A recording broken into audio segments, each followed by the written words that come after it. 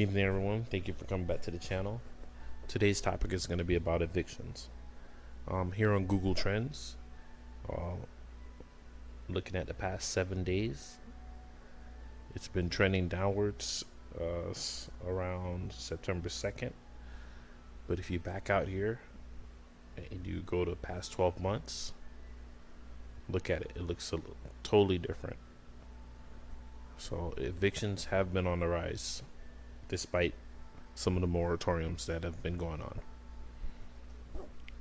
So one of the first things we see here is the CDC. They have this halt on residential evictions to prevent the further spread of the outbreak, I'll call it. So it started from September 4th and it goes all the way to December 31st. And then there's some criteria there for it. You're going to need to fill out the declaration form, and it covers you from in between September 4th of this year all the way to December 31st, 2020. And I haven't heard them talk about any extensions yet, but we'll see once December 31st comes up. So one of the criteria is the individual has used best efforts to obtain all available government assistance for rent or housing.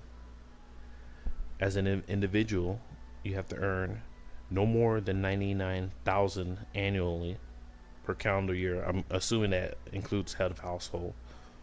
Or if you're married or filing jointly, no more than $198,000 a year for your return.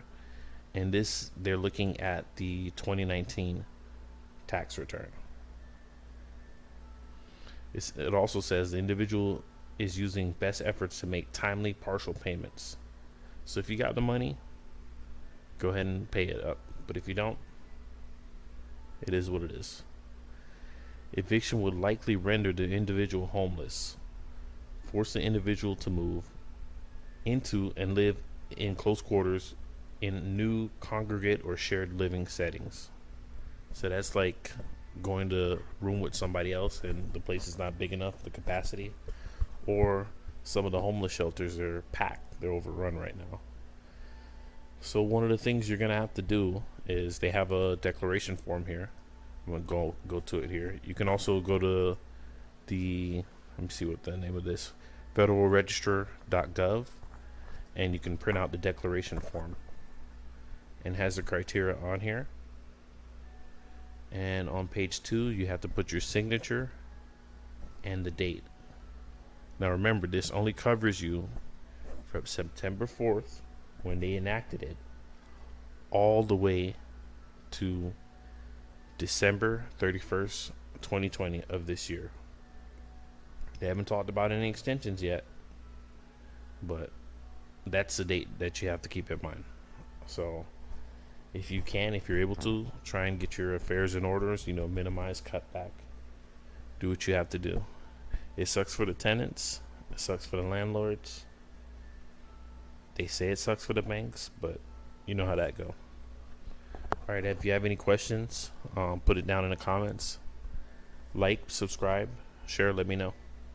Take care, bye.